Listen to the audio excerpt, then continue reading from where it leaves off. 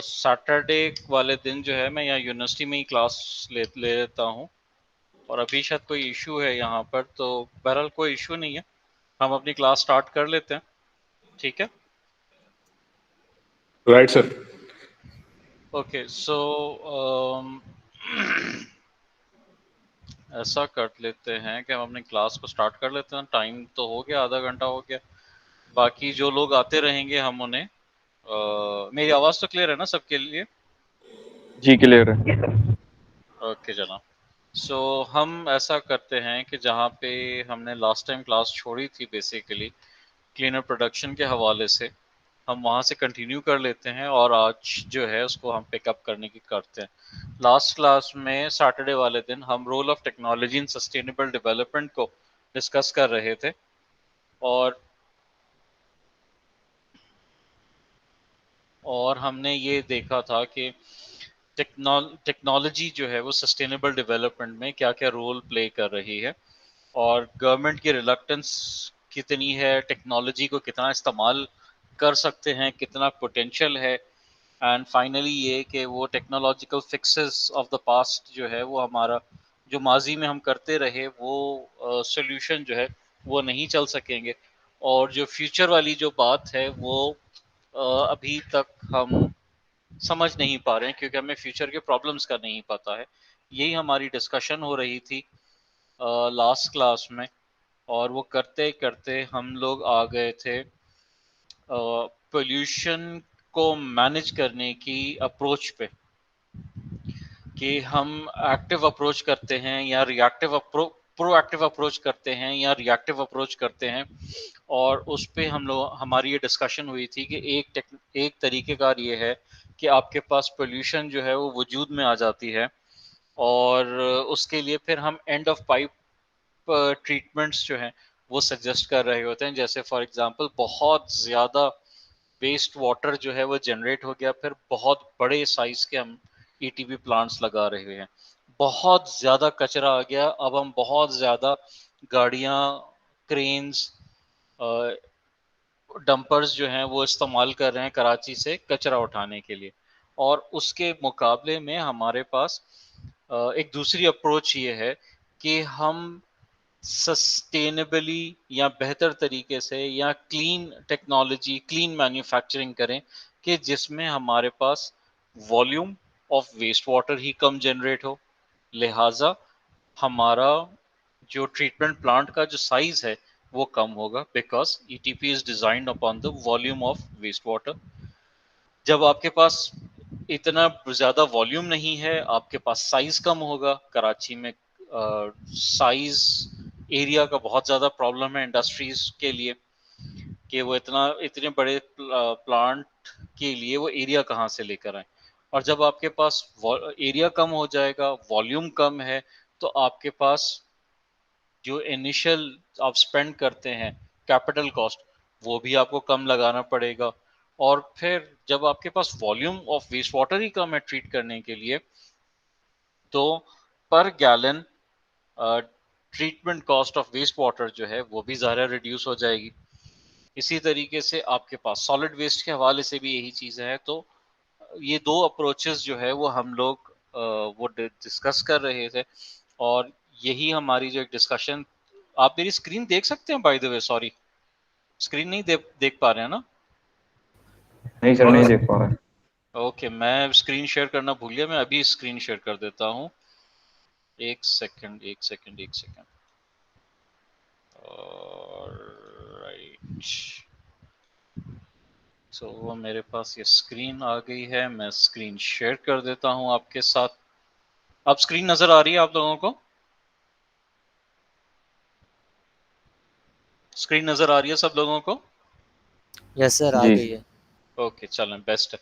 So last class के हवाले से हम जो डिस्कस कर रहे थे, हम यही डिस्कस कर रहे थे कि इन द पास्ट जो हमारी अप्रोच रही है वो रही है एंड ऑफ पाइप ट्रीटमेंट पे, यानी क्लीनिंग टेक्नोलॉजीज पर, रादर देन क्लीन टेक्नोलॉजीज पे। तो और उसके फ़वाइद जो हैं वो मैंने आपके साथ अभी शेयर कर लिए, कि आपके पास इनिशियल कैपिटल कॉस्ट जो है वो कम लगेगी, आपके पास volume of waste water to treat, लिहाजा ट्रीटमेंट कॉस्ट जो है वो कम लग रही है, आपके पास एरिया की बचत हो रही है।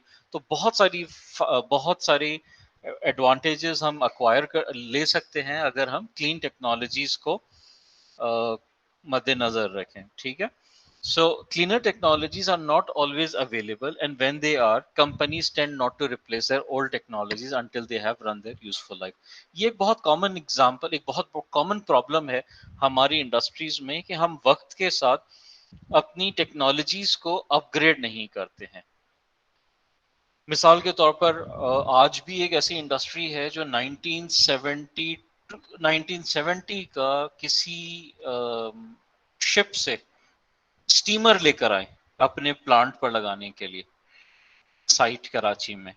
और जब उनसे कहा गया कि सर ये आप क्या चीज लेकर आए हैं, तो वो कहते हैं कि यार देखो ये 40 साल तो चला ना, यानी इसकी कितनी स्ट्रॉन्ग मेटलर्जी है, तो लिहाजा ये बड़ा अच्छी चीज है।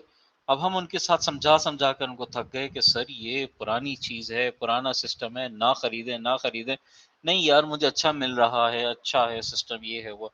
अल्टीमेटली वो लेकर आ गए, अपनी फैक्ट्री में लगाया, और हमने जब और वो ज़ाहिर स्टीमर जो है वो गैस कंज्यूम करता था स्टीम प्रोड्यूस करने के लिए। और जब वो उन्होंने बॉयलर के रिप्लेसमेंट में स्टीमर लगाया था, बड़ा स्टीमर, जब उनका गैस का बिल ज्यादा आने लगा, स्टीम कम होने लगी, तब उन्हें समझ में आया। बट अंटिल जब तक वो बात समझ में आई तब तक वो खासा अपना नुकसान कर चुके थे। एक नया पुराना स्टीमर लेकर आए, उस पर उन्होंने पैसे खर्च कर दिए, गैस का बिल उनका बढ़ गया, प्रोडक्टिविटी कम हो गई, तो इतनी सारी उसमें प्रॉब्लम्स आ गई कि जनरली हमारे पास इंडस्ट्रियलिस्ट को समझाना और वक्त के साथ टेक्नोलॉजीज को अपग्रेड करना खासा प्रॉब्लम है। आपकी फैक्ट्रीज में कैसा, आपकी इंडस्ट्रीज में कैसा एक्सपीरियंस रहता है? वक्त के साथ आप उसको अपग्रेड करते हैं अपनी फैक्ट्रीज को? हेलो जी सर। हेलो। वो पीओ लिखा हुआ नहीं था, जब तो गड़बड़ हो गई ना। वो पीओ लिखा हुआ होता है तो हिसाब से डालता रहता है पीओ में। आप इसको ये तीनों पीओ लिखवाओ।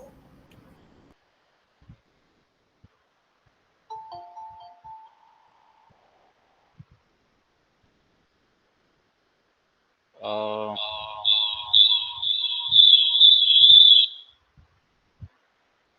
आप लोगों का एक्सपीरियंस कैसा है फैक्ट्रीज में? जी सर, एक्सपीरियंस यही रहा है हमारा भी कि टेक्नोलॉजीज अपग्रेड तो होती हैं लेकिन वो बहुत ही एंड लेवल पे जाके रिक्वायरमेंट्स के हिसाब से, और मतलब ऐसा नहीं है कि वो इतना फ्रीक्वेंट चेंजेस हों टेक्नोलॉजीज में। और अगर वक्त के साथ साथ आप इसको अपग्रेड करते रहें तो आप बेहतर टेक्नोलॉजी एक्वायर कर लेते हैं और बेहतर चीज़ें से लेकर आते हैं, आपका सिस्टम ज़्यादा एफिशिएंट होता है और आप बहुत सारे फ़ायदे एक्वायर करते हैं। तो यही चीज़ बेसिकली क्लीनर टेक्नोलॉजीज़ हैं, और वही आज का हमारा डिस्कशन है कि हम उसको किस तरीके से वो कर सकते हैं। अब सिर्फ उसके लिए एक थोड़ा सा बैकग्राउंड अंडरस्टैंडिंग आप सब लोगों के लिए कि शुरू में क्या होता रहा। जब शुरू में पोल्यूशन आती रही, पोल्यूशन जनरेट होती रही, तो लोगों का तरीक़ेकार ये था, अप्रोच ये थी कि यार छोड़ दो, खुद ब खुद डाइल्यूट हो जाएगी, डिस्पर्स हो जाएगी और ये मसला हल हो जाएगा।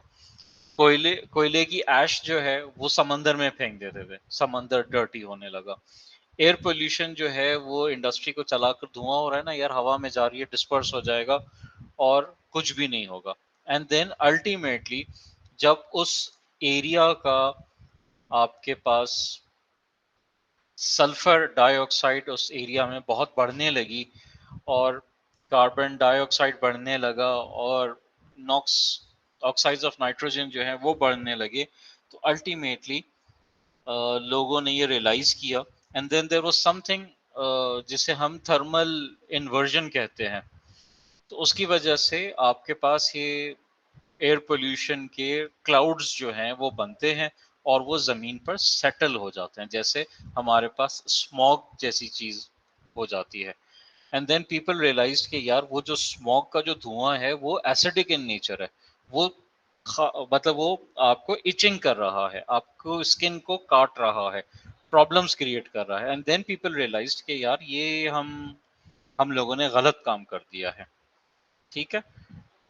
एंड देन फिर वही एंड ऑफ पाइप अप्रोच वो किया गया, ट्रीटमेंट प्लांट लगाए गए, सॉलिड वेस्ट एक बार जनरेट हो गया, अब वो कर रहे हैं। तो फिर उसके बाद ये सोचा गया कि यार जो चीज़ बन रही है उससे हम रिसाइकिल कर लेते हैं किसी तरीके से।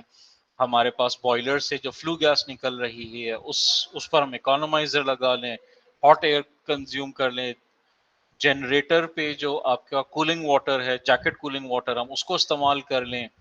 आपके पास टरबाइन अगर चल रही है तो कंबाइंड हीट एंड पावर से आपके पास इलेक्ट्रिसिटी भी प्रोड्यूस हो रही है, स्टीम भी प्रोड्यूस हो रही है। तो इस किस्म की ऑन साइट रिसाइकलिंग की टेक्नोलॉजीज पर खासा फोकस किया गया और वो देखा गया। And then it was in 1980s कि जब पहली बार ये डिस्कशन स्टार्ट हुआ कि यार हम क्लीनर प्रोडक्शन को क्यों ना करें, प्रोएक्टिवली हम वेस्ट इतना ज्यादा कंट्रोल करें।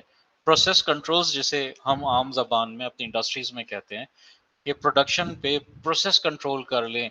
हमारे पास मिसाल के तौर पर जो टेक्सटाइल की जो एक टिपिकल ज़बान है वो ये है कि यार अगर हम एक ही बार डाई कर लें, डाई की शेड्स में वेरिएशन ना आए, हमें कलर काटना ना पड़े, काट कर दोबारा रीडाई ना करना पड़े, एक ही टाइम बेहतर वो कर लें, तो हमारे पास वेस्ट वाटर कम जनरेट होगा। कलर्ड वेस्ट वाटर जो है डाई वाला वो कम जनरेट होगा। तो लोगों ने कहा कि यार अच्छा आइडिया, हमारे पास पैसे भी बच रहे हैं, कराची जैसे शहर में पानी भी बच रहा है, केमिकल का डाइज भी बच रहे हैं, ट्रीटमेंट कॉस्ट भी बच रही है, तो फायदा ही फायदा नजर आया। सो उस वक्त ये लोगों ने रियलाइज किया कि यार क्लीनर प्रोडक्शन जैसी कोई चीज जो है वो किया जाए। तो और कॉन्सेप्ट यही था कि prevent generation of waste. And how do we do that? We do that by good housekeeping.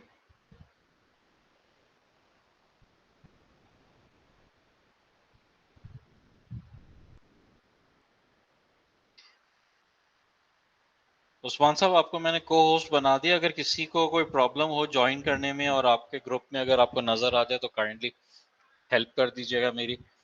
अच्छा, अब हम ये किस तरह से काम कर सकते हैं? हम ये काम इस तरह से कर सकते हैं कि हम गुड हाउसकीपिंग कर सकते हैं, हमारा जो इनपुट है हम उसको सब्सटीट्यूट कर लें।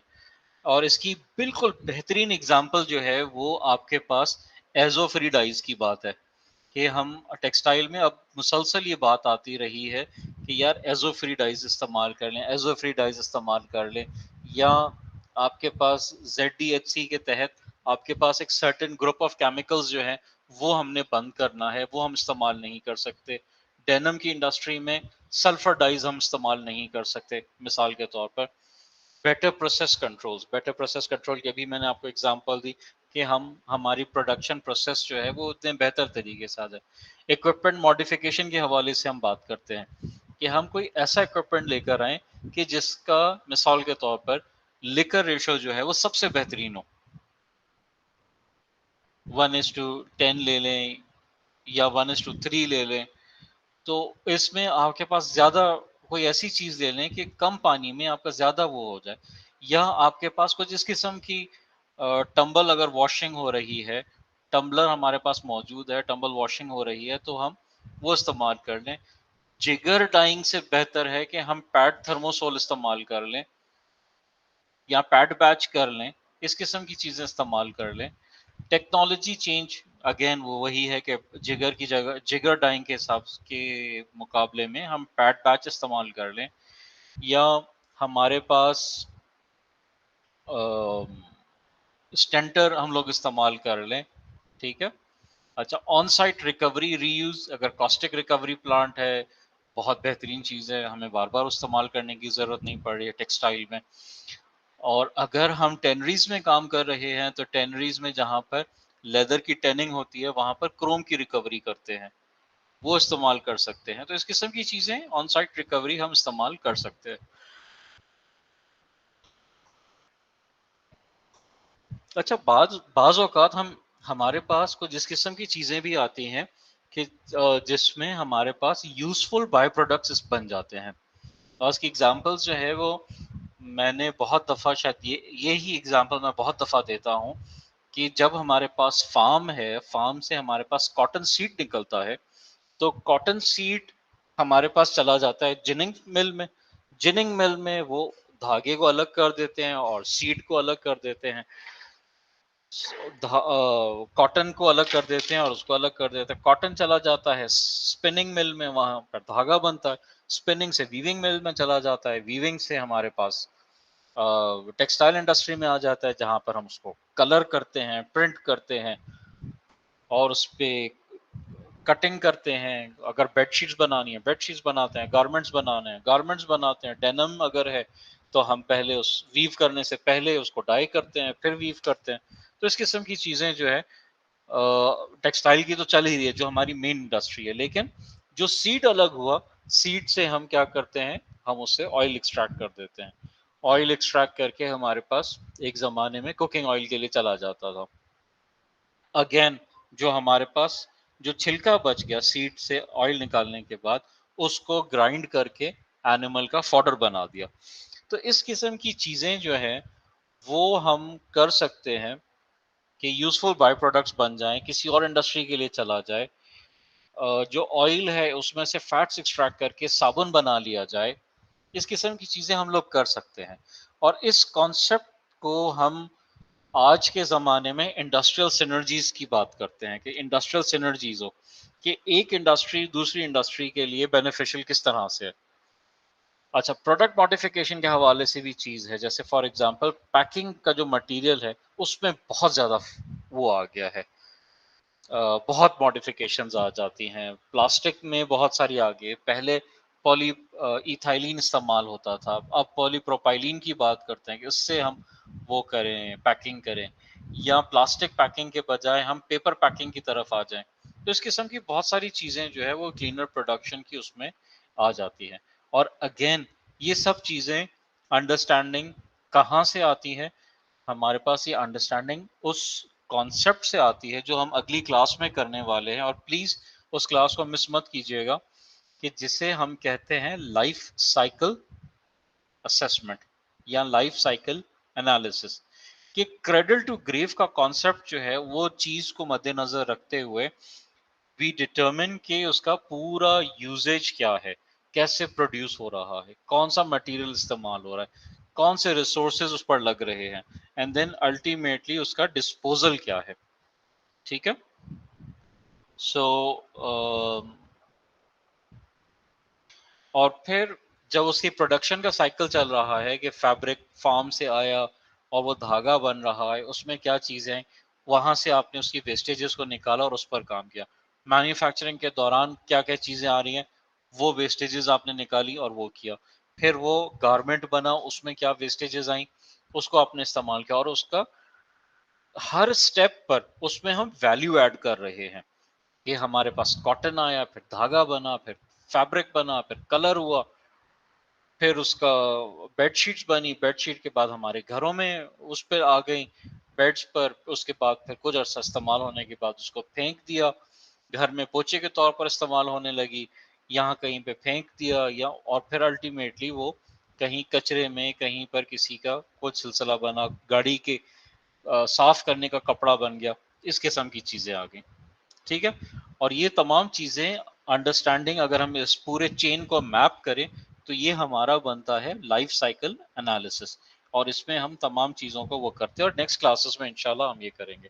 अच्छा, दिस इज समथिंग कि हमने प्रीवियस क्लास में, मेरी आवाज तो आ रही है, किसी को कोई परेशानी तो नहीं है, कोई सवाल जवाब तो नहीं है? जी सर, क्लियर है, आवाज बिल्कुल क्लियर है। चलें, थोड़ा मेरे पास आज मटेरियल ज्यादा है कवर करने के लिए, तो मैं, जी सर क्लियर है अरे आप। सादिक साहब आप भी आ गए हैं, वेरी गुड सर। जी सर। चलें, थैंक यू। क्लीनर प्रोडक्शन जो यूनाइटेड नेशंस एनवायरनमेंट प्रोग्राम ने जो डिफाइन किया है, और हमने लास्ट क्लास में भी इसको देखा था, the continuous application of an integrated preventative, और मैं रिपीट करता हूं, प्रिवेंटेटिव एनवायरमेंटल स्ट्रेटजी है, कि प्रिवेंशन पे हम ज्यादा फोकस करें, applied to production processes, and में बनने वाले प्रोडक्ट्स, या एंड में बनकर किसी और इंडस्ट्री के लिए इनपुट बनने वाला प्रोडक्ट, या सर्विसेज, कि जैसे मिसाल के तौर पर लैब की टेस्टिंग जो है वो आप अपनी प्रोडक्शन को सर्विसेज दे रही है, कि जिससे वो क्वालिटी एश्योरेंस कर रही है। to increase overall efficiency and reduce risk to humans and the environment. ठीक है, तो ये हमारे पास क्लीनर प्रोडक्शन की एक वर्किंग डेफिनेशंस यूएनईपी ने दी है और हम इसी पे ही काम करते हैं कि एक इंटीग्रेटेड प्रिवेंटेटिव स्ट्रैटेजीज हम बना रहे होते हैं। और आप यकीन करें ये काम जो है ये अल्लाह ताला ने मुझे ये मौका दिया था, मैं ये क्लीनर प्रोडक्शंस का ही काम करता रहा हूँ 2005 से। और इसमें अगर मेरे अगर आप किसी चीज़ को देखें तो इसमें हमने बहुत बहुत इंडस्ट्रीज को फायदा पहुंचाया है, एनवायरनमेंट के पॉइंट ऑफ व्यू से डायरेक्टली, और इनडायरेक्टली जो है वो आपकी कॉस्ट ऑफ प्रोडक्शन जो है वो बच जाती है। ठीक है, और यही काम, इसी काम को करने के लिए अल्लाह ताला ने मुझे मौका दिया था, तो मैंने आईएफसी के साथ मिलकर, वर्ल्ड बैंक के साथ मिलकर यही सर्विसेज जो है मैंने बांग्लादेश में भी दी थी। वहाँ पे भी जो है हमने कोई 50-60 इंडस्ट्रीज को ये काम किया और इंट्रोड्यूस करवाया ये कॉन्सेप्ट, और फिर हम वहाँ से बाहर आ गए। तो वहाँ पे बहुत सारी चीज़ें हैं। अच्छा, ये हमने लास्ट क्लास में भी डिस्कस किया था, properly implemented cleaner production always reduces long term liabilities.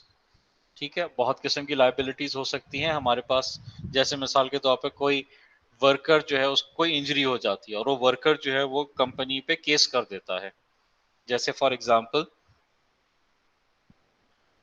एक वर्कर था जिसको मुंह का कैंसर हो गया था और वो काम करता था डेडेक्स की फैक्ट्री जो कि यहाँ पर मंगो पीर पर सिचुएटेड है।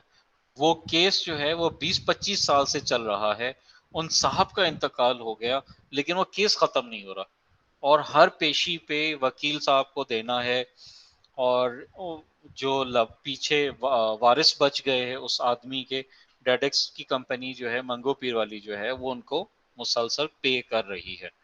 ठीक है, तो इस किस्म की लॉन्ग टर्म लाइबिलिटीज आ सकती हैं।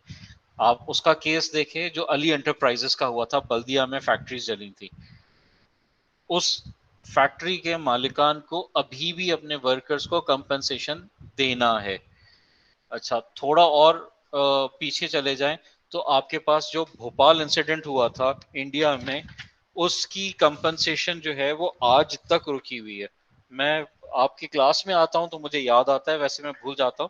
मैं इंशाल्लाह आपके साथ ना उसकी वीडियो लिंक शेयर करूंगा, भोपाल इंसिडेंट की डॉक्यूमेंट्री का। आप देखिएगा उसमें वो किस तरह से वो सारा सिलसिला हुआ, केस हुआ, वो साहब जो थे यूनियन कार्बाइड के, वो वहां से भाग गए, और कंपनसेशन जो है वो आज तक आ, उनके एंड पर रुकी हुई है। तो ऐसे भी केसेस होते हैं। ठीक है,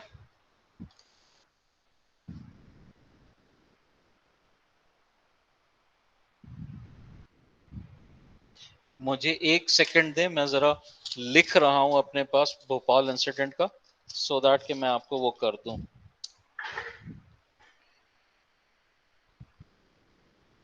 भोपाल इंसिडेंट का तो पता है ना आप लोगों को?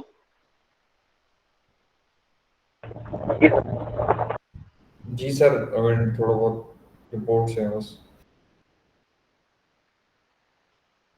यूनियन कार्बाइड यूएस का प्लांट था भोपाल में, जहां पर वो आइसोमिथाइल साइनाइड एक पेस्टिसाइड बना रहे थे, और रात के कोई 1-1:30 बजे जो है वो वहां पर मेंटेनेंस ना होने की वजह से वहां पर वो लीकेजेस स्टार्ट हो गई, लीकेजेस कुछ अरसे में फैल गई, और वो पहले घंटे में 15,000 लोगों का इंतकाल हो गया। और भोपाल में आज भी जो बच्चे पैदा हो रहे हैं उन उन पेरेंट्स के बच्चे पैदा हो रहे हैं जो उस गैस से अफेक्ट हुए थे, आज 20-25 साल के बाद भी उनके बच्चे जो हैं वो पैदाइशी जो डिफेक्ट्स होते हैं, जिसे टेरिटोजेनिक डिफेक्ट्स कहते हैं, पैदाइशी एबनॉर्मेलिटीज, उनके साथ पैदा हो रहे हैं, और वो बच्चे, वो लोग नॉर्मल नहीं हैं। तो एनवायरनमेंट का इंसिडेंट जिसे हम बहुत मजाक में या हल्का ले लेते हैं, वो एट टाइम्स जो है वो इतनी खतरनाक चीज़ हो सकती है। Properly implemented cleaner production usually increases profitability. कैसे? जैसे मैंने आप लोगों को बताया, lowers production cost, मैंने आपको एग्जांपल दी, increases productivity, ये भी होता है, provides rapid return on capital and investment, ये भी आप समझ सकते हैं कि आपके पास सेविंग्स अगर आएंगी तो फिर आपके पास रिटर्न ऑन इन्वेस्टमेंट जो है, ROIs जो हैं वो बहुत अच्छे आ जाते हैं, जल्दी आ जाते हैं। Increases product yield, leads to more efficient use of energy and resources. ठीक है, आप उसको कम या उतनी ही उसमें आप ज्यादा प्रोडक्शन कर लेते हैं तो आपकी एफिशिएंसी बढ़ जाती है। Results in improved product quality, increases staff motivation, relies on active worker participation, reduces consumer risk, reduces the risk of environmental accident, is supported by employees, local communities, customers and the public.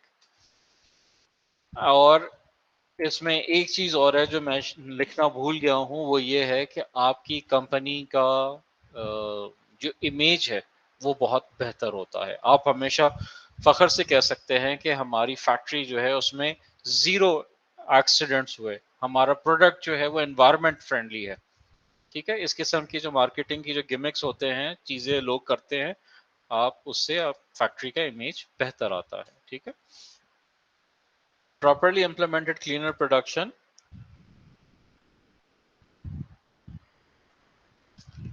avoids regulatory compliance cost, जैसे वो डेडेक्स की example मैंने आपको दी, leads to insurance savings, ज़ाहिर है आप अगर आपके पास सिस्टम बेहतर है तो आपको इंश्योरेंस प्रीमियम जो है वो कम देना पड़ता है।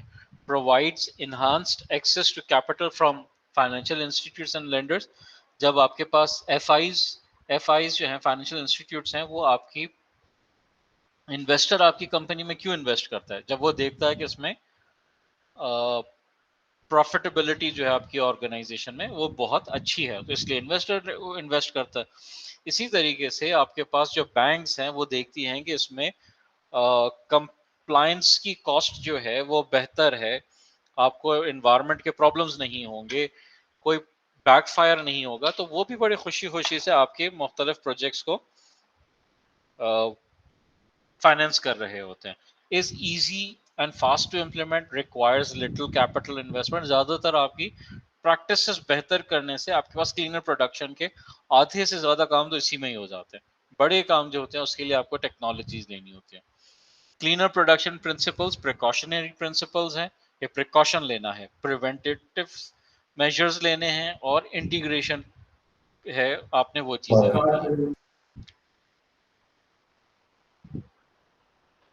Okay, how CP could be applied in practice, किस तरह से आप कर सकते हैं, ये इसकी चंद एग्जांपल्स हैं। आइंदा जो स्लाइड्स आ रही हैं आपके सामने वो उसकी चंद एग्जांपल्स हैं कि हम क्लीनर प्रोडक्शन को किस तरीके से अपनी फैक्ट्रीज में, अपने वर्क प्लेसेस पर किस तरह से वो कर सकते हैं। और आप यकीन करें जो मैं आपसे कह रहा हूं वो बेसिकली यही मेजर्स हैं, और इतने सिंपल मेजर्स हैं कि अगर आप उनसे कहेंगे ना तो वो अगला बंदा ये कहेगा यार ये कैसी बातें कर रहा है, लेकिन जब आप उसकी कॉस्ट आप देखते हैं तो वो कॉस्ट जब आप उसको पूरे साल में कन्वर्ट करते हैं तो फिर वो समझ में आता है।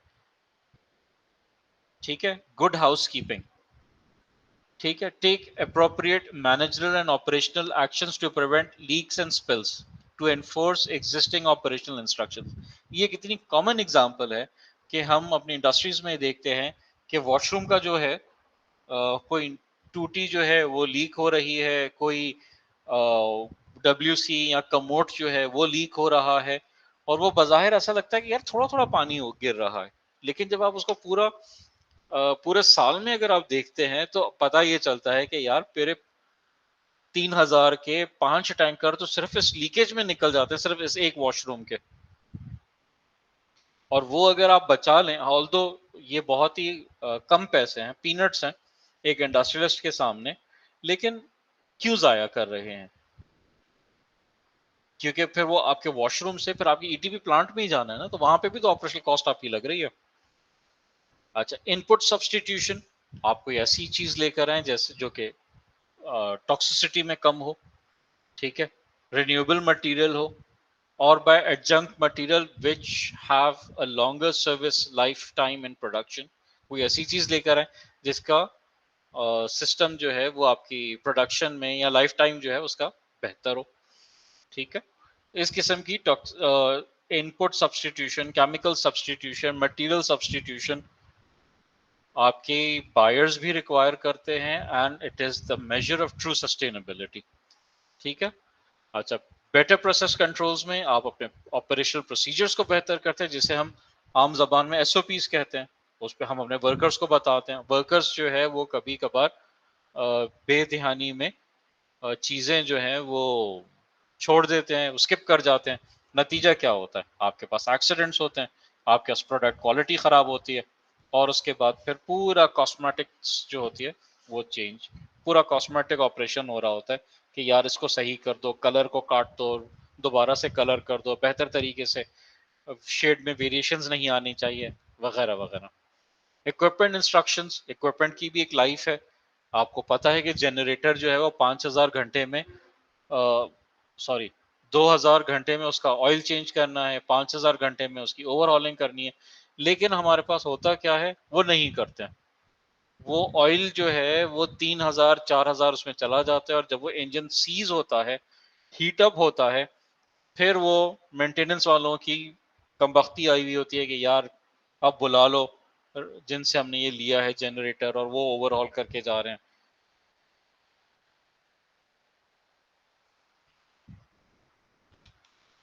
सादिक साहब,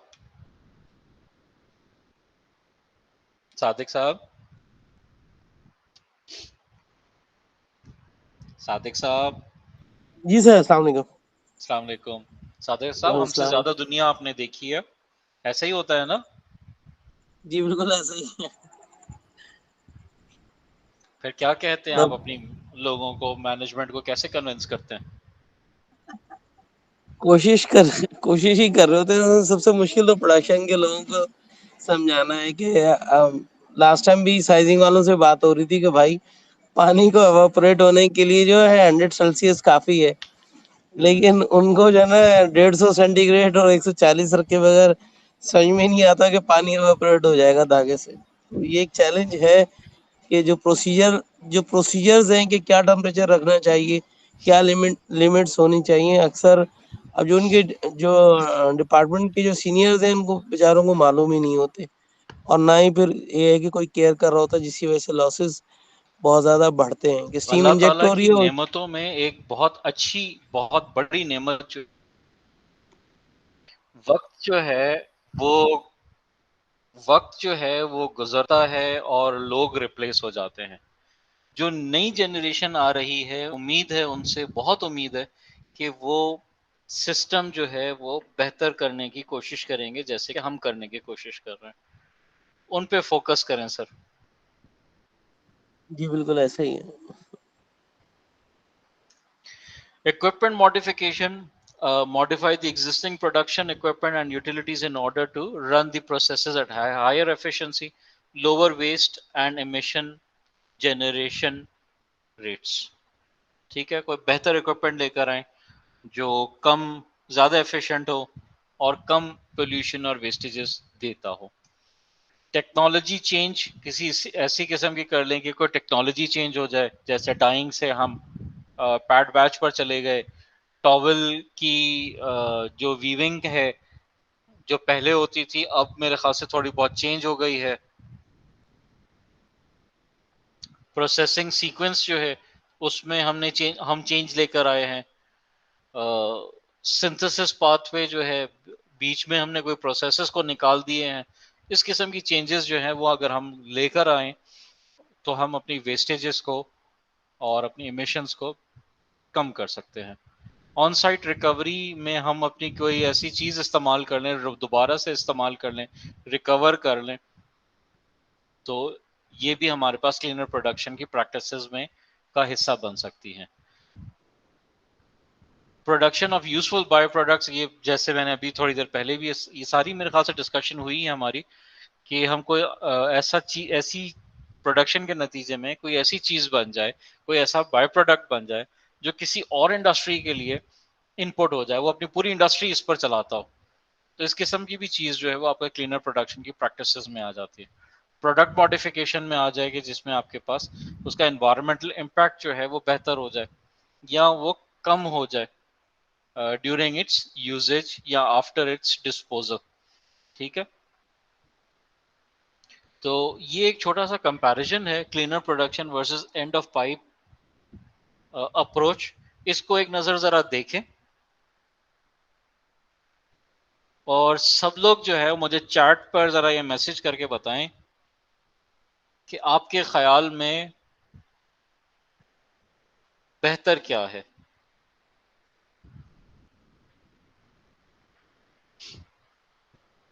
कर लेंगे ना सब लोग? जी सर।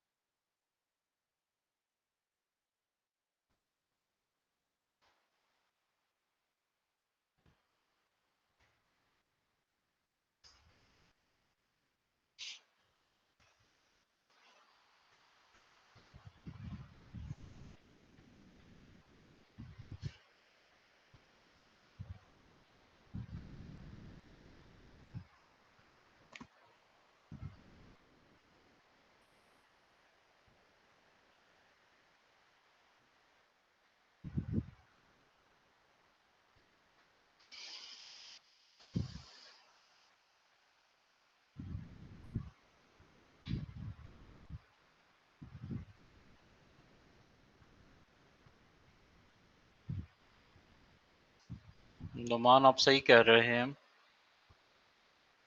बाकी लोग क्या कहते हैं?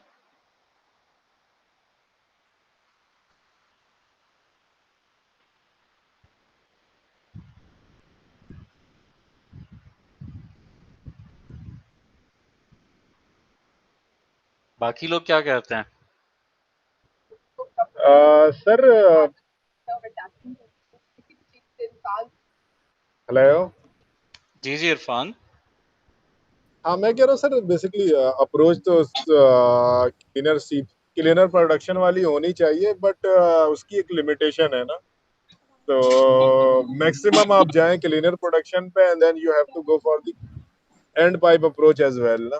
बिल्कुल ऐसा ही है, बिल्कुल ऐसा ही है। बट ये कि फर्स्ट प्रायोरिटी आपकी क्लीनर प्रोडक्शन होनी चाहिए एंड जितना देन आप उसकी कर भी एक सकते लिमिट हैं, है।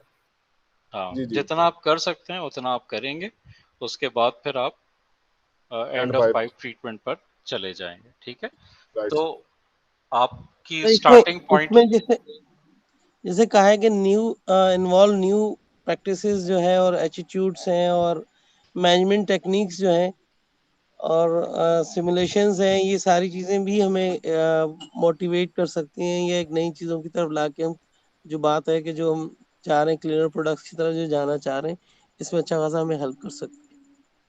बिल्कुल सही बात है। बल्कि आप को मैं एक बड़ी मज़ेदार बात बताऊं, कल रात मैं बैठ के पढ़ रहा था इकोनॉमिक्स की थ्योरी, वो इंशाल्लाह नेक्स्ट क्लास में भी हम लोग देखेंगे कि अब एक कहलाती है डोनट इकोनॉमिक्स। वो सस्टेनेबल इकोनॉमिक्स की उस पर डिज़ाइन की गई है। पहले तो इकोनॉमिक्स का सिलसिला ये था कि आपकी जितनी प्रोडक्शन है, जितनी आपकी डिमांड है, उतनी आप सप्लाई करते रहें और ज़्यादा आप वो करते रहें, ज़्यादा इफेक्टिव करते रहें, ज़्यादा एफिशिएंटली काम बनाते रहें और उससे पूरी आपकी कैपिटलिस्टिक एक इकोनॉमिक्स की थ्योरी डेवलप हुई एज कंपेयर टू दूसरी जो थ्योरीज हैं। लेकिन अब जो मॉडर्न 21st सेंचुरी की वो कहते हैं इकोनॉमिक्स जो है, डोनट इकोनॉमिक्स जिसको वो नाम दे रहे हैं, वो बेसिकली है ही आपकी सस्टेनेबल डेवलपमेंट पर, सस्टेनेबल कंजम्पशन पर, कि सिर्फ उतना ही करें जितने की आपकी ज़रूरत है। मिसाल के तौर पे मुझे भूख लगती है 2 रोटी की, तो मैं सिर्फ 2 ही रोटियां बनाऊं और बनाकर खा जाऊं। ऐसा ना करूं कि मैं ज्यादा बना लूं, ज्यादा खा लूं, बाद के लिए कर लूं, नहीं। जितनी है आपको जरूरत, आप उतनी का ही काम करें। ठीक है। तो इस किस्म की जो बड़ी मजेदार चीजें थ्योरी आ रही हैं, बातें हो रही हैं, और इंशाल्लाह ताला हम अपनी क्लास में भी इसको डिस्कस कर रहे होंगे। तो why what is not CP, cleaner production क्या चीज नहीं है? ऑन साइट रिसाइकलिंग जो है वो आपका क्लीनर प्रोडक्शन की उस कैटेगरी में आता है, ऑफ साइट नहीं आएगा। मिसाल के तौर पर आपकी इंडस्ट्री से, जनरेटर से स्पेंट ऑयल है, वो मैंने उठाया और मैं उसको लेकर अपनी फैक्ट्री अब किसी और जगह पे चला गया। अब उससे मैं लुब्रिकेंट बना रहा हूँ, या उसमें मैं बायोडीजल बना रहा हूँ, या कोई और चीज कर रहा हूँ, वो ऑफ साइट रिसाइकलिंग अगर हो रही है तो वो आपकी क्लीनर प्रोडक्शन का हिस्सा नहीं होगा। ट्रांसफरिंग हैजर्डस वेस्ट, आपने हैजर्डस वेस्ट जनरेट कर दिया, अब आप उसको बिल्कुल ऑडिट में जिस तरह से हम लोग कर रहे होते हैं ना, कि यार कलर करो, छुपाओ डॉक्यूमेंट्स, दरवाजा बंद करो, केमिकल स्टोर लॉक कर दो, ये कर दो, वो कर दो। हम सब लोगों ने ऑडिट का ये सिलसिला देखा हुआ है ना, ऐसा होता भी है। जी सर बिल्कुल। तो इस किस्म की जो चीजें हैं वो आपका क्लीनर प्रोडक्शन के उसमें नहीं आता है। अच्छा, मैं ज़रा 1 मिनट अटेंडेंस लगा रहा हूँ। इरफान अंसारी साहब मौजूद हैं, उस्मान साहब मौजूद हैं? उस्मान साहब मौजूद थे ना? जी मौजूद है सर। कहाँ है उस्मान साहब? अच्छा, सर यामीन साहब आए थे आज? आफ्ताब साहब नहीं आए हैं। बिलाल साहब मौजूद हैं? Yes sir. काशिफ छोड़ गए हैं। सादिक साहब मौजूद हैं और नुमान साहब मौजूद है। आज तो नुमान साहब सबसे पहले आए हुए थे। सर लगातार 2 क्लासेस से 3 क्लासेस से पहले आ रहा हूँ अल्हम्दुलिल्लाह। बस अब कल अल्हम्दुलिल्लाह, भी नुमान साहब अल्हम्दुलिल्लाह। पहले आ जाइएगा संडे को। ठीक है, इंशाल्लाह इंशाल्लाह। तो अच्छा, ट्रांसफरिंग हैजर्डस वेस्ट जो है वो जो है आपका इसका हिस्सा नहीं बनता। वेस्ट ट्रीटमेंट, चूंकि हम हमारा जो फोकस है वो बनने से पहले, वेस्ट की जनरेशन से पहले कम करना है, उसको अवॉइड करना है, तो लिहाजा क्लीन वेस्ट ट्रीटमेंट जो है वो एंड पाइप ट्रीटमेंट है, एंड ऑफ पाइप ट्रीटमेंट है। ठीक है। क्लीनर प्रोडक्शन प्रोएक्टिव अप्रोच में नहीं आता है। कंसंट्रेटिंग हैजर्डस और टॉक्सिक कंसंट्रेट रिड्यूस वॉल्यूम, ये भी चीज जो है वो आपके उसमें नहीं आता है। इसकी एग्जांपल बिल्कुल वैसे ही है कि यार हमारे पास बहुत ज्यादा कचरा है, हमने अब हम इसका क्या, सॉलिड वेस्ट है, अब हम इसका क्या करें क्या करें क्या करें। तो हमारे पास जो सबसे आसान तरीका होता है वो हम लोग ये कर देते हैं कि हम इंसिनरेशन वालों को दे देते हैं कि भाई इसको इंसिनरेट कर दो। तो जो उसका, उसको जलाकर उसको बिल्कुल ऐश के फॉर्म में, उसका 1/10 या 1/20 ऑफ द वॉल्यूम जो है वो ऐश आपके पास बच जाती है। अब आप इसको डिस्पोज ऑफ करें। ठीक है। तो वो बेसिकली आप क्या कर रहे हैं, पोल्यूशन फ्रॉम वन फॉर्म को आप ट्रांसफॉर्म करें into another form. Solid waste था, उसको आप एयर एमिशंस में कन्वर्ट कर रहे हैं। ठीक है। और पीछे आपके पास ऐश रह गया। अच्छा, एक तो साहब इतने महान थे कि उन्होंने कहा कि यार मेरा जो वेस्ट वाटर है मैं उसको ट्रीटमेंट प्लांट उसका वो नहीं करता हूँ। हमारे पास जो वेस्ट वाटर है वो हमारे पास एक वेंडर है, हम उन्हें दे देते हैं। भाई वेंडर क्या काम करता है? वेंडर जो है वो उसको इंसिनरेट करता है। मैंने कहा यार ये क्या पागलपन है कि वेस्ट वाटर को आप इंसिनरेशन प्लांट में आप इंसिनरेट कर रहे हैं, तो ये किस तरह से होता है। फ़ोन किया गया उन्हें। अच्छा, ये जो है वो एसजीएस वाले हमारे एक दोस्त थे, वो एक ऑडिट कर रहे थे किसी एक कंपनी का, और वो किस्सा बता रहे हैं कि यार वो उनको फ़ोन किया गया और उनसे पूछा गया भाई आप किस तरह से करते हैं। तो कहते हैं सर हम सॉडस्ट जो है वो उसमें मिलाते हैं और फिर सॉडस्ट को हम इंसिनरेट कर देते हैं। तो इस किस्म की चीज़ें जो हैं वो आपकी क्लीनर प्रोडक्शन का हिस्सा नहीं होती हैं। अच्छा, diluting constituents to reduce hazard और टॉक्सिसिटी, ये भी इस तरह से नहीं है कि एक ज़माने में ये भी बहुत दफ़ा देखा गया है कि वेस्ट वाटर में बीओडी को कम करने के लिए उसमें पानी मिक्स कर देते थे कि यार ये बीओडी तो कम है, अब इसको निकाल दो। तो ये भी आपका क्लीनर प्रोडक्शन जो है नहीं कहलाता है। ठीक है, some of the benefits of cleaner production हमारे पास ये चीजें, these are some of the benefits. Improved environmental situation है, कंटिन्यूअल एनवायरमेंटल इम्प्रूवमेंट है, गेनिंग कंपेटिटिव एज है कि जिसमें आप अपनी प्रॉफिट्स को भी बढ़ा रहे हैं, कॉस्ट ऑफ मैन्युफैक्चरिंग को भी कम कर रहे हैं, और ऐसी सिचुएशन में कि जहां पर आपके पास नंबर ऑफ वर्कर्स भी, आपकी प्रोडक्टिविटी भी बढ़ रही है, नंबर ऑफ वर्कर्स भी कम हो कर रहे हैं आप, वो चीज़ें जो हैं वो आपको कॉम्पिटिटिव एडवांटेज दे रही हैं। इंक्रीज प्रोडक्टिविटी आपको दे रही है। ठीक है, इंक्रीज इकोनॉमिकल बेनिफिट्स जो हैं वो भी आपको मिल रहे हैं क्लीनर प्रोडक्शन से। तो ये सबके लिए जो जो पार्टीज इन्वॉल्व हैं, आपके ओनर्स हैं, टॉप मैनेजमेंट है, आपके पास प्रोडक्शन के लोग हैं, वर्कर्स हैं, उन सब के लिए जो है ये बेनिफिशियल है, सिवाय इस चीज़ के कि वो उनकी नौकरियां जाती हैं। अच्छा, सीपी क्लीनर प्रोडक्शन को काम करने के लिए जो बैरियर्स आ सकते हैं या लोग जो बैरियर्स बताते हैं कि वो क्यों चीज़ नहीं होती है, अब वो बैरियर्स जो हैं वो इंटरनल और एक्सटर्नल को हमने इस तरह से वो हमने वो किया हुआ है, internal to the company and external to the company जो है। इंटरनल फैक्टर्स और एक्सटर्नल फैक्टर्स क्या हो सकते हैं। इंटरनल की पहले बात कर देते हैं। Lack of information and expertise, लोगों को पता ही नहीं है कि क्या करना है। लो एनवायरमेंटल अवेयरनेस, एनवायरमेंट पे को क्या नुकसान हो रहा है आपकी प्रोडक्शन से, लोगों को उसका भी अवेयरनेस नहीं है। competing business priorities in particular the pressure for short term profits, ये भी जो है वो शॉर्ट टर्म बेनिफिट्स देखने की बात कर रहे हैं कि शॉर्ट टर्म बेनिफिट्स जो है वो यार अभी तो पैसे कमा लें फिर बाद में देखी जाएगी, नहीं।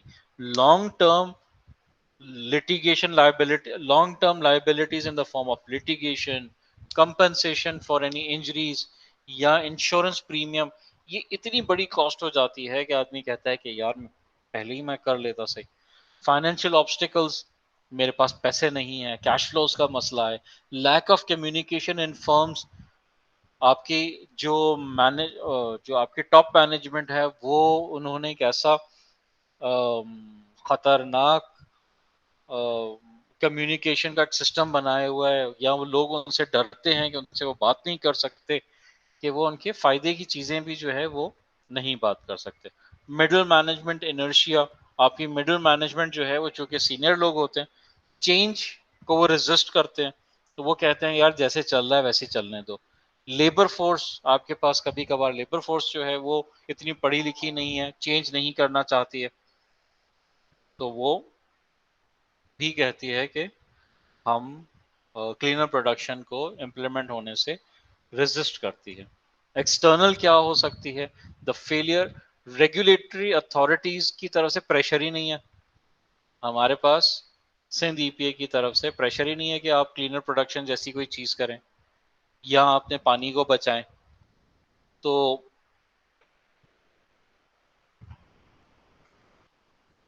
ऐसी सिचुएशन में भी जो आपके ओनर्स ऑफ द फैक्ट्रीज हैं वो ये कहते हैं कि यार मैं क्यों फटीक की इस्तेमाल कर रहा हूँ, जैसे चल रहा है चलने दो। Difficulty in assessing cleaner technologies, आपके पास टेक्निकल मैन पावर ही नहीं है कि जो आपकी क्लीनर टेक्नोलॉजीज को असेस कर सके कि कौन सी चीज बेनिफिशियल है।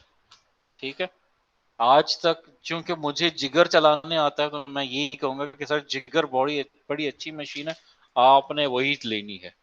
या मैंने कॉकरन का बॉयलर चलाया हुआ है तो लिहाजा मुझे वही चीज इस्तेमाल करनी है, किसी और कंपनी का एफिशिएंट बॉयलर मैंने नहीं चलाने देना है। मिसाल के तौर पर difficulty in accessing external finance, मैं कहीं बैंक से फाइनेंस नहीं ले पा रहा हूँ, ठीक है, अपनी टेक्नोलॉजी को अपग्रेड करने के लिए फाइनेंशियल इश्यूज आ रहे हैं। और इंस्पिरेशन या मोटिवेशन हमें कहाँ से मिल सकती है? हमें अगर इंडस्ट्रीज अपनी क्लीनर प्रोडक्शन या अपनी जो एनुअल रिपोर्ट्स बनाती हैं उसमें अगर कोई एक चैप्टर कर दे इन्वायरमेंटल इम्प्रूवमेंट का, तो उससे बाकी लोगों को जो सेक्टर में हैं, जो सेक्टर लीडर्स हैं, वो अपनी सेक्टर के हवाले से एक कॉम्पिटिटिव एडवांटेज भी ले सकते हैं, टेक्निकल एडवांटेज भी ले सकते हैं, बेहतर लोग भी उनके पास आकर काम करना चाहेंगे, एक ट्रेनिंग ग्राउंड भी हो जाएगा। जैसे कि एक ज़माने में मोहम्मद फारूक टेक्सटाइल वाले होते थे, या गुल अहमद यूनिट 2 में जितने भी लोगों ने काम किया, होम टेक्सटाइल में जो भी पुराने लोग हैं उन्होंने गुल अहमद 2 में काम किया हुआ है, और वहां पर हर किस्म की मशीन है, हर किस्म की मशीन है, स्टार एजर भी मौजूद है, जिगर भी मौजूद है, जेट्स भी मौजूद है, सिंगल ट्यूब वाला जेट भी है, डबल ट्यूब वाला जेट भी है, स्टेंटर भी है, बेनिंगर की continuous washing bleaching machine range भी है, आपके पास हर किस्म की मशीन है वहां पर, ठीक है। तो आपकी प्रोडक्टिविटी बढ़ेगी, आप लोगों को बताएंगे तो सब लोग मोटिवेट होंगे। एनवायरमेंटल मैनेजमेंट सिस्टम जो है वो ये इंश्योर करता है कि आप कंटिन्यूसली अपने सिस्टम को इम्प्रूव करें, तो वो भी एक सिस्टम जो है आपके लिए बेहतरी ला सकता है। अच्छा, एनवायरमेंटल लीडरशिप या अपने सेक्टर में लीडरशिप इस्टेब्लिश करने के लिए कि यार हम अपने लीड सेक्टर के लीडर्स हैं, टेक्नोलॉजिकल लीडर्स हैं, हमारे पास बिल्कुल बेहतरीन चीज़ है, बेहतरीन प्रोडक्शन है, बेहतरीन चीज़ें। कॉर्पोरेट एनवायरमेंटल रिपोर्टिंग के हवाले से CSR reporting, corporate social responsibility या कॉर्पोरेट एनवायरमेंटल रिपोर्टिंग के हवाले से चीज़ें हैं, एनवायरमेंटल अकाउंटिंग के हवाले से चीज़ें हैं। और अब ये एनवायरमेंटल अकाउंटिंग का जो कॉन्सेप्ट है वो नया इस्टेब्लिश हुआ है, जिसमें वो आपसे रिसोर्सेज के हवाले से वो चीज़ें पूछते हैं, मांगते हैं कि ये कितनी ग्रीन हाउस गैसेस हमने बनाई, कितनी इनटेक की in the form of diesel, natural gas जलाने के फॉर्म में, उसको ऑफसेट करने के लिए हमने क्या एक्टिविटीज़ की हैं, दरख्त कितने लगाए, कितना कार्बन कैप्चर सिक्वेस्ट्रेशन टेक्नोलॉजीज हमने लगाई। तो इस किस्म की इन्वायरमेंटल अकाउंटिंग का भी एक कॉन्सेप्ट जो है वो वजूद में आ रहा है, और आइंदा चंद अरसे में ये भी, इस पे भी हम लोग कुछ चीज़ें देखेंगे। एक्सटर्नल क्या हो सकता है?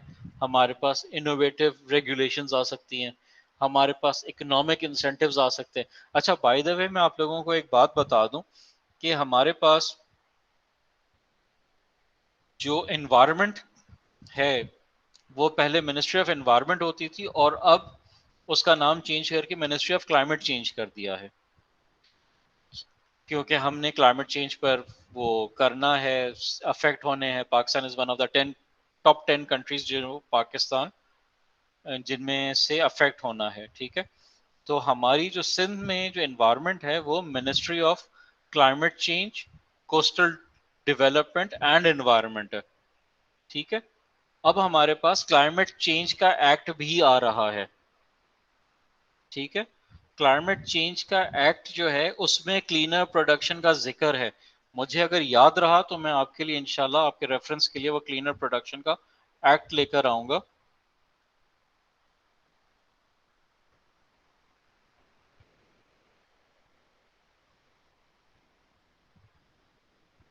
कि जिससे आपको ये जो इनोवेटिव रेगुलेशन की बात हो रही है, इस किस्म की चीज़ें जो है वो आपके पास आ जाएगी। Economic incentives, education and training के हवाले से इंडस्ट्रीज को, जो पढ़े लिखे लोग आ रहे हैं इंडस्ट्रीज में, वो आकर ये कहते हैं ना कि सर अब मैं पुराने ज़माने की ड्राफ्टिंग थोड़ी करूँगा, आप मुझे ऑटो कैड दें, मैं ऑटो कैड पे आपको ड्राइंग बना कर दूंगा, मैं कोई पुरानी मशीन थोड़ी चलाऊंगा, हाथ से चलने वाली जो आपके पास खाड़ी है वो थोड़ी चलाऊंगा, मेरे पास तो प्रॉपर वीविंग मशीन्स हैं तो मैं उससे चलाऊंगा। अच्छा, बायर सप्लायर रिलेशनशिप, आपके जो बाइंग हाउसेज हैं, जो आपके कस्टमर्स हैं, वो आपसे यही क्या डिमांड करते हैं कि भाई आप इस सिस्टम को बेहतर करें। अच्छा, सॉफ्ट लोन्स आपको मिलते हैं, रिसर्च एंड डेवलपमेंट का आपको एक गवर्नमेंट की तरफ से आपको इंसेंटिव मिलता था, रिसर्च एंड डेवलपमेंट में 5% रिबेट मिलता था। इसी तरीके से कुछ जगहों पर जब आप एनवायरमेंटल फ्रेंडली करते हैं तो वहां पर आपको टैक्स हॉलीडेज मिलती हैं। ठीक है, बांग्लादेश में आप टेक्सटाइल इंडस्ट्री लगाते हैं एक्सपोर्ट करने के लिए, तो वहां पर 5 साल के लिए आपको या 2 साल के लिए आपको कोई टैक्स नहीं देना, टैक्स हॉलीडे है वहां पर। कम्युनिटी इन्वॉल्वमेंट है कि आपकी अगर कम्युनिटी इन्वॉल्व हो गई तो वो भी आपको नहीं छोड़ती है, और वो डिमांड करती है कि आप बेहतर काम करें। इसकी एग्जांपल जो है वो ग्रीन पीस वाले हैं, वो अक्सर एनवायरनमेंट के इश्यूज लेकर खड़े हो जाते हैं कि आप सिस्टम को बेहतर करें। इसी तरीके से एक पुराना एग्जांपल है कि जहाँ पर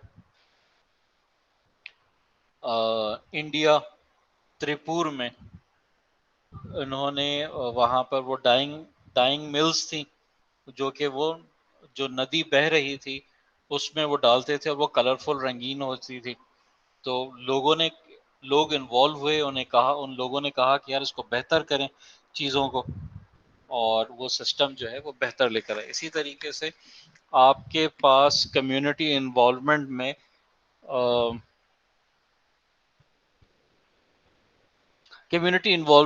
जिसमें एनवायरनमेंट के हैं उसमें बहुत सारी एग्जांपल्स आती हैं।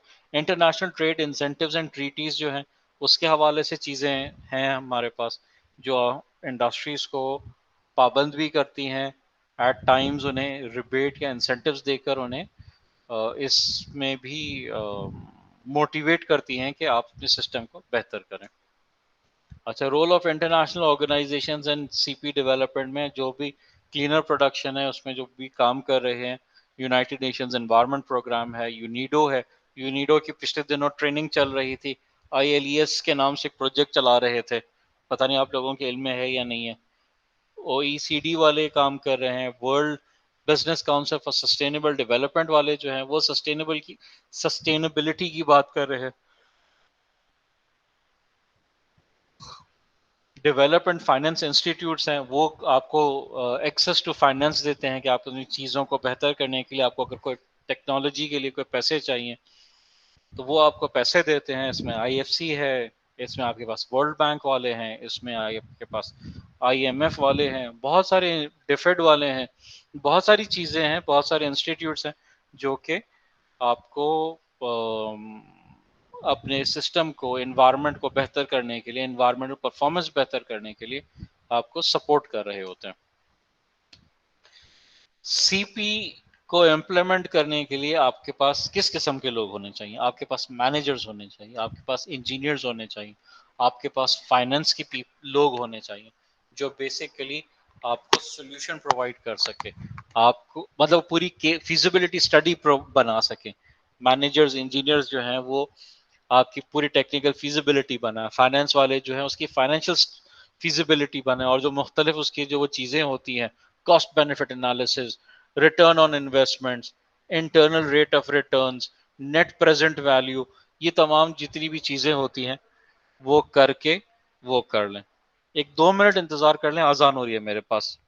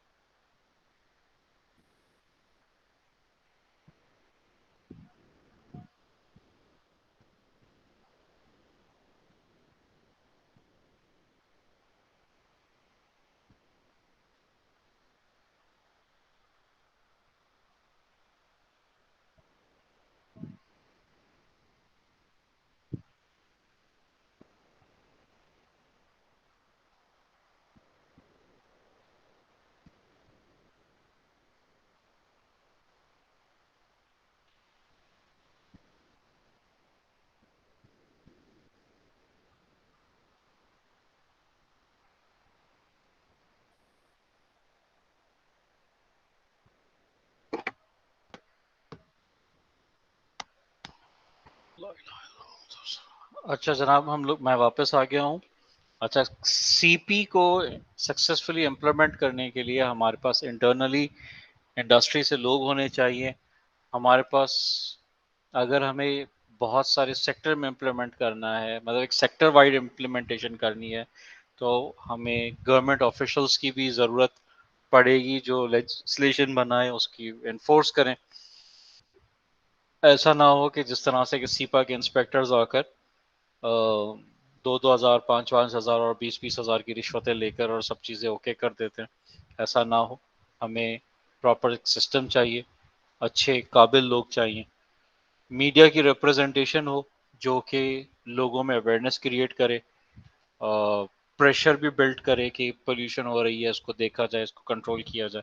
इस किस्म के हमारे इम्प्लीमेंट करने के लिए लाजिम है कि हमारे पास इस किस्म के लोग और इस किस्म के रोल्स जो हैं वो प्ले करें। ये एक छोटा सा एक उसका फ्लो डायग्राम है कि क्लीनर प्रोडक्शन अगर कहीं पे करना है अपनी इंडस्ट्री में, the recognise need to minimise waste. अगर आपका किसी ईएमएस इस साल के ऑब्जेक्टिव्स का ये बन सकता है कि वेस्ट को रिड्यूस करना है, तो किस तरीके से कर सकते हैं। पहला स्टेप में आपके पास प्लानिंग एंड ऑर्गेनाइजेशन आ जाएगा। दूसरे स्टेप में आपके पास असेसमेंट फेज आएगा कि भाई ये वेस्ट कहाँ पर है, कैसे हम रिड्यूस कर सकते हैं। फिर थर्ड स्टेप में आपके पास फिजिबिलिटी एनालिसिस आ जाएगा कि हम इसको किस तरह से कर सकते हैं। और फोर्थ स्टेप में आपके पास उसकी इम्प्लीमेंटेशन आ जाती है। सक्सेसफुल इम्प्लीमेंटेशन के नतीजे में आपके पास वो प्रैक्टिस जो है वो आपका एसओपी का हिस्सा हो जाना चाहिए, आपकी फैक्ट्री की ऑपरेशंस का हिस्सा हो जाना चाहिए। और अगर इम्प्लीमेंटेशन के नतीजे में अगर आपको ये समझ लगता है कि यार ये इसमें थोड़ी चेंजेस आनी चाहिए, तो आप दोबारा उसको प्लानिंग के स्टेज में ले जाएं, असेसमेंट के स्टेज में ले जाएं। ये बिल्कुल वैसे ही है जैसे हमारा पीडीसीए साइकिल बनता है। प्लानिंग के बारे में थोड़ी बहुत इंफॉर्मेशन है। obtain management commitment, identify potential barriers and solution, set plant-wide goals, organize a project team, assessment में identify sources of waste, identify waste and pollution causes कि ये क्यों हो रहा है, generate pollution possible options कि हम इसको किस तरीके से कम कर सकते हैं। मटेरियल एनर्जी बैलेंस पर आप काम करें कि यार ये प्रोसेस में मेरे पास ये मटेरियल इनपुट हो रहा है, ये प्रोडक्ट आ रहा है और उसमें से वेस्टेजेस ये चीज़ें हो रही हैं, अब मैं किस तरीके से कर सकता हूँ, और ये नंबर्स में आप करने की कोशिश करें। इसके लिए आप इस किस्म का डायग्राम बना लें, सैंकी डायग्राम बना लें, पेरेटो एनालिसिस कर लें, जो भी आपने करना है वो करें। और वो करने के बाद possible causes of waste generation क्या क्या हो सकते हैं ये एक एग्जाम्पल के तौर पर दिया गया है। ठीक है, रूट कॉज एनालिसिस करें इसका। ऑप्शन जनरेशन में आपके पास मिसाल के तौर पर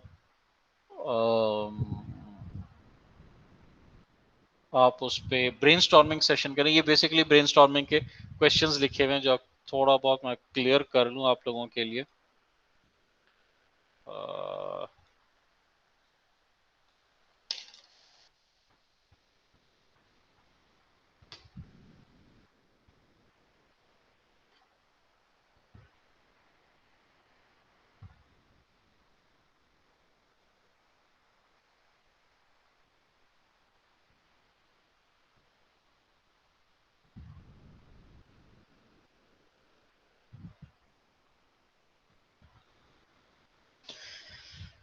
ये कुछ बेहतर नजर आ रहा है ना। तो ब्रेनस्टॉर्मिंग सेशन में आप ब्रेनस्टॉर्मिंग सेशन की कोई भी चीज ले लें, आपके पास ऑप्शन जनरेट करें कि हम वेस्ट को किस तरह से कम कर सकते हैं। ये एज एन एग्जांपल के तौर पर दिए गए हैं। ऑप्शन जनरेशन में आपके पास मजीद ये चीज़ें आ गई। सीपी असेसमेंट प्रैक्टिस में आप ये कर सकते हैं, जो हमने 7 चीज़ें पढ़ी थी पहले, उसमें क्या चीज़ हम इस्तेमाल कर सकते हैं।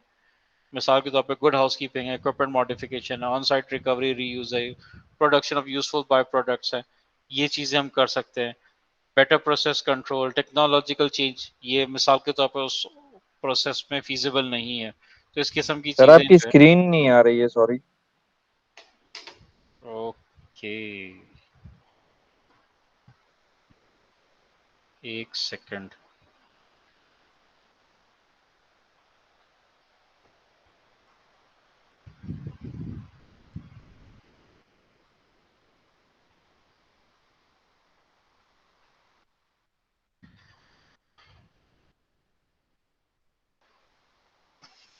ओके, बेसिकली ये है कि possible causes of waste generation, इस पे हमने ब्रेनस्टॉर्मिंग कर लिया। ठीक है, ब्रेनस्टॉर्मिंग के ये दो तरीके उन्होंने बता दिए, और फिर हमने ये देखा कि हम जो साथ हमने वो पढ़े थे क्लीनर प्रोडक्शन के पॉइंट्स पढ़े थे, उनमें मिसाल के तौर पर ये good housekeeping equipment, modification, on site recovery, production of useful by products और इनपुट सब्सटीट्यूशन, ये चीज़ एप्लीकेबल है, और ये दो मिसाल के तौर पर एप्लीकेबल नहीं है। तो इस तरीके से आप अपने सिस्टम की असेसमेंट कर सकते हैं, ऑप्शंस निकाल सकते हैं, फीजिबिलिटी स्टडीज बना सकते हैं कि preliminary evaluation, technical, economic, environment, selection of feasible options तक आप पहुंच गए। पे बैक पीरियड्स पे ये फाइनेंस वाले वो कर सकते हैं कि भाई पे बैक जो है, इतनी इन्वेस्टमेंट की इतनी सेविंग्स हो रही हैं, तो उसको सिंपली मैंने डिवाइड कर दिया तो मेरे पास पे बैक पीरियड आ गया। इसके अलावा और आपके पास फाइनेंशियल वो चीज़ें आ जाती हैं, रिटर्न ऑन इन्वेस्टमेंट्स क्या हैं, आईआरआर क्या चीज़ है, और नेट प्रेजेंट वैल्यू एनपीवी क्या चीज़ है, तो कितनी है। तो उस हिसाब से आपके पास ये फाइनेंशियल की भी वो आ जाएगी। एनवायरनमेंट के हवाले से चीज़ें जो हैं वो भी आपके पास आ जाएगी कि एनवायरमेंटल इवैल्यूएशन में एनवायरमेंटल परफॉर्मेंस बेहतर हो रही है, हम मेरी जनरेशन ऑफ वेस्ट कम हो रहा है, एनर्जी कॉस्ट बच रही है, रॉ मटेरियल बच रहा है। तो इस किस्म की आप इवैल्यूएशन एनवायरनमेंट की भी कर सकते हैं, और वो करने के बाद जब आपकी फिजिबिलिटी स्टडी हो जाएगी तो फाइनल आपका जो ऑप्शन है वो ये है कि सिलेक्शन ऑफ फिजिबल ऑप्शन, कि ये ऑप्शन जो है 1 2 3 4 में तीसरा नंबर जो है वो सबसे फिजिबल लग रहा है, तो लिहाजा इस पर हम काम कर सकते हैं। फिर उसकी इम्प्लीमेंटेशन कर सकते हैं, preparation of CP plan, implement feasible CP measure, monitor progress, और जब वो सक्सेस हो जाए तो उस चीज को मेंटेन करें, आपकी रोजमर्रा के ऑपरेशन का हिस्सा बन जाए, फिर वो चीज दोबारा नहीं होनी चाहिए।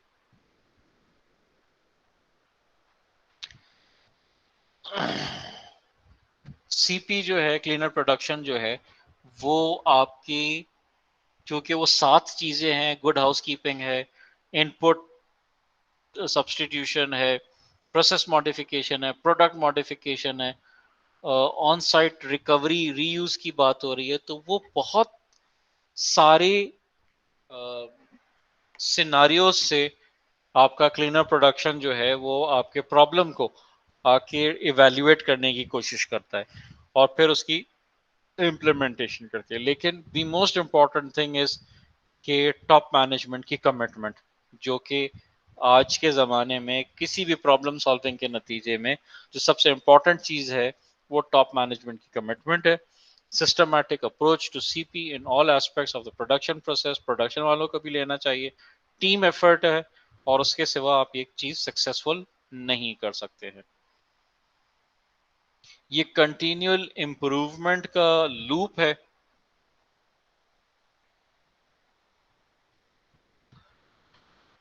और हमारे पास मेन स्टेक होल्डर्स जो हैं वो आपके पास इंटरनली हमारे पास वर्कर्स हैं, टॉप मिडिल मैनेजमेंट है, आपके पास टॉप मैनेजमेंट है, और आपके पास रेगुलेटरी अथॉरिटीज़ है।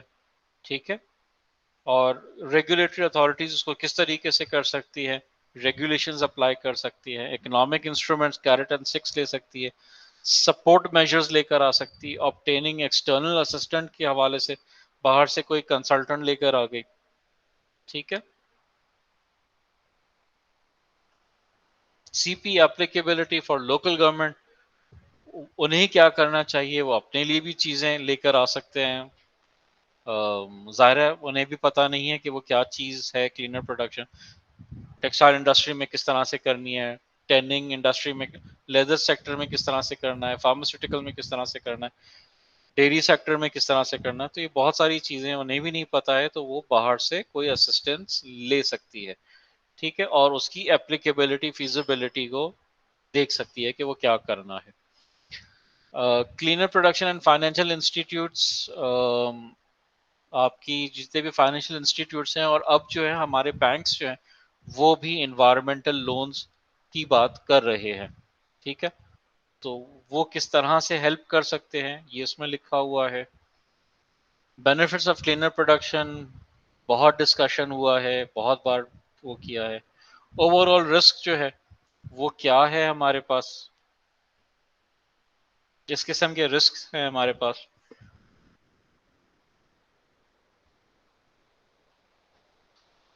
Main factors affecting exposure to environmentally derived risk, ये रिस्क के हवाले से चीज़ें हैं, ये नेक्स्ट क्लास में इंशाल्लाह इसको मज़ीद तफसील के साथ देखेंगे।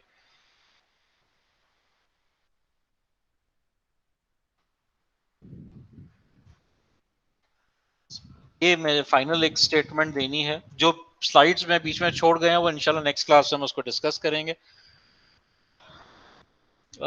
और ये कि क्लीनर प्रोडक्शन जो है वो एक कंटिन्यूअल प्रोसेस है, कंटिन्यूसली इम्प्रूव करना है, वन टाइम नहीं है, वन टाइम का सोल्यूशन नहीं है। एक बार आपने कर लिया और फिर आप फारिग हो गए, कहा कि अब नहीं हो सकता, नहीं।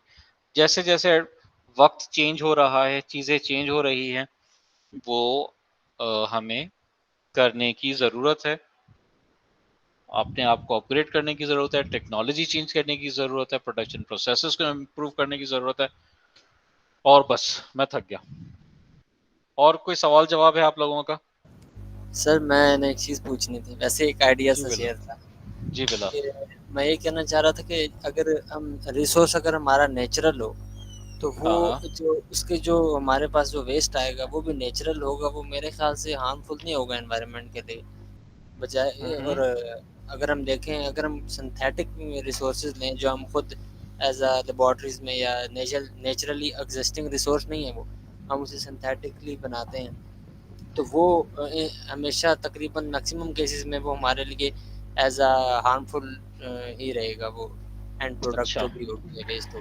तो ये ओके। आइडिया क्या मेरी ये सोच ठीक है या नहीं है, या क्या इसमें कुछ बाकी लोग कहना क्या कहते हैं इस पे?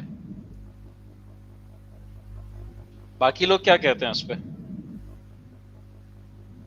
मेरे ख्याल से वर्केबल है, इसे ही कह रहे हैं, हो सकता है।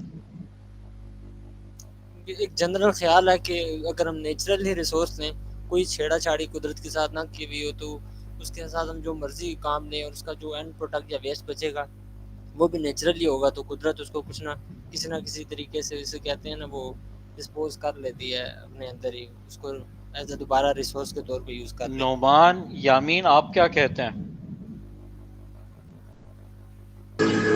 सर मेरा कहना ये है कि नेशनल प्रोडक्ट सब बची का हैं, रिन्यूएबल एनर्जीज वगैरह जो है, नॉन रिन्यूएबल एनर्जी, सर कुछ बचा ही नहीं है अब। सब with the passage of time सब चीज़ें ख़त्म पे ख़त्म होती जा रही हैं। हमें उनको पहले सिक्योर करना है। हम उसको उसका बाय प्रोडक्ट कहाँ से हम वो कर सकते हैं, रीयूज़ कर सकते हैं। मैं तो ये कहूँगा क्लीनर प्रोडक्शन के लिए। नोमान, आप क्या कहते हैं? सर मेरा भी कोई आमीन साहब जैसे ही ख्याल है, बिल्कुल सेम, कि जो रिसोर्सेज हैं वो वैसे ही बहुत लिमिटेड रह चुके हैं।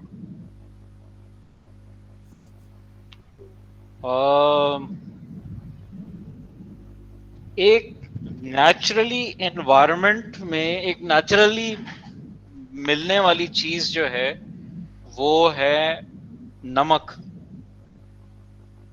ऐसे ही है। Yes sir. और नमक जो जैसा है बिल्कुल है। वो नमक जो है वो नेचुरली मिलता है, और नमक को फिर हार्मफुल नहीं होना चाहिए। सर हार्मफुल नहीं है, और सर नमक तो हमारा जो पिंक सॉल्ट है वो तो सर वैसे ही एक्सपोर्ट हो जा रहा है, हालांकि उसके बहुत एडवांटेज है और वो बहुत ब्लैक में बिकता है सर, बहुत आगे कॉस्ट में।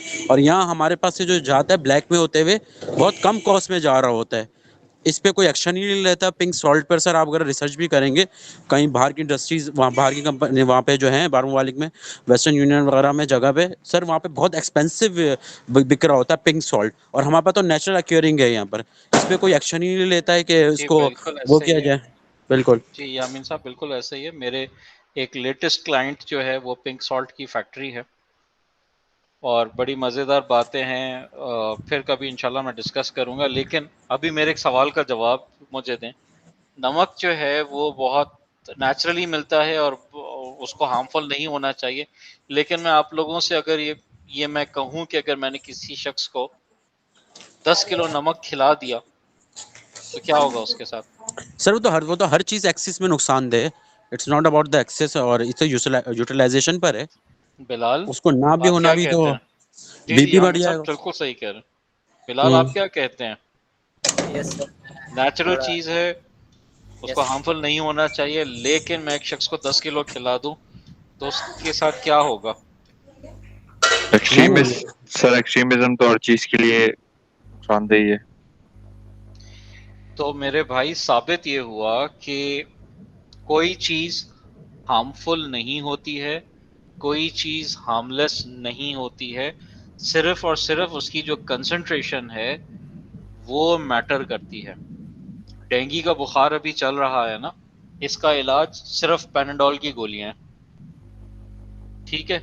लेकिन एक वक्त पर मैं 20 गोलियां खिला दूं तो वो भी नुकसानदेह है, बंदे को रिएक्शन हो सकता है, ठीक है। तो जो कंसंट्रेशन है वो बहुत मैटर करती है। तो किसी भी चीज की कंसंट्रेशन अगर बढ़ जाती है तो वो नुकसानदेह हो जाएगा, और अगर वो मयाना रवि के साथ मुनासिब क्वांटिटीज में है तो फिर वो प्रॉब्लम नहीं होगा।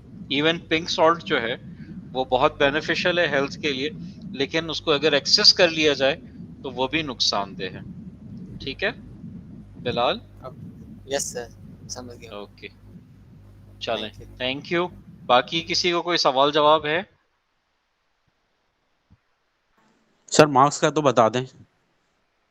मार्क्स का मैंने पेपर चेक ही नहीं किया, नेक्स्ट क्लास तक इतने इंशाल्लाह। खतरनाक हुए में पेपर। नहीं, मैं बिजी रहा, मैं चेक नहीं कर सका। इंशाल्लाह नेक्स्ट वीक तक मैं चेक करके आप लोगों के साथ शेयर कर दूंगा मार्क्स। सर बस एक रिक्वेस्ट है, सबके मार्क्स सर सबको पर्सनली, सबका नंबर आपके पास है, सबको सबके मार्क्स पर्सनली सेंड कर दीजिएगा। ये तो चलें, ठीक है, इंशाल्लाह इंशाल्लाह। चलें, thank you thank you, sir. Thank you अच्छा एवरीवन। रहा सर, क्लीनर प्रोडक्शन की क्लास अच्छी लगी बहुत, मतलब कि एक हाँ गुड अल्हम्दुलिल्लाह। सर। नेक्स्ट क्लास अल्हम्दुलिल्लाह। में हम इंशाल्लाह हम लाइफ साइकिल असेसमेंट का मैं सोच रहा हूँ कि वो चीज़ मैं करके आऊँ, आप लोगों के लिए लेकर आऊँ। तो कल सुबह ओपन ना सर, एलसी सुबह। कल सुबह नहीं, नेक्स्ट वीक में, अच्छा नेक्स्ट वीक। या सर देखते हैं कल सुबह में क्या कर सकते हैं, ठीक है। सर कल सुबह वो तो क्लास है ना? कल सुबह क्लास है इंशाल्लाह, यस सर, बिल्कुल इंशाल्लाह। ठीक है। ओके, चलें, thank you. Thank you, Allah Hafiz. Thank you, Allah Hafiz. Sir मैं थोड़ा सा आउट ऑफ सिटी था, ऐसा हो सकता है कल भी मुझे लिंक मिल जाए, मैं कोशिश तो करूंगा वापस आ जाऊं। कल आप ऑनलाइन ज्वाइन करेंगे? जी सर, कोशिश तो करूंगा वापस आ जाऊं, अगर लेट हो गया तो काइंडली अगर मेरे ऑनलाइन के भी कोई कर दीजिएगा। ठीक है, ठीक है, ठीक है, thank you sir. Thank you. बस मुझे याद करवा दीजिएगा प्लीज़। जी सर, जरूर इंशाल्लाह। चलें, thank you, thank you. Thank you everyone, Allah Allah Hafiz. Hafiz. Hafiz. Allah Hafiz. Allah Hafiz.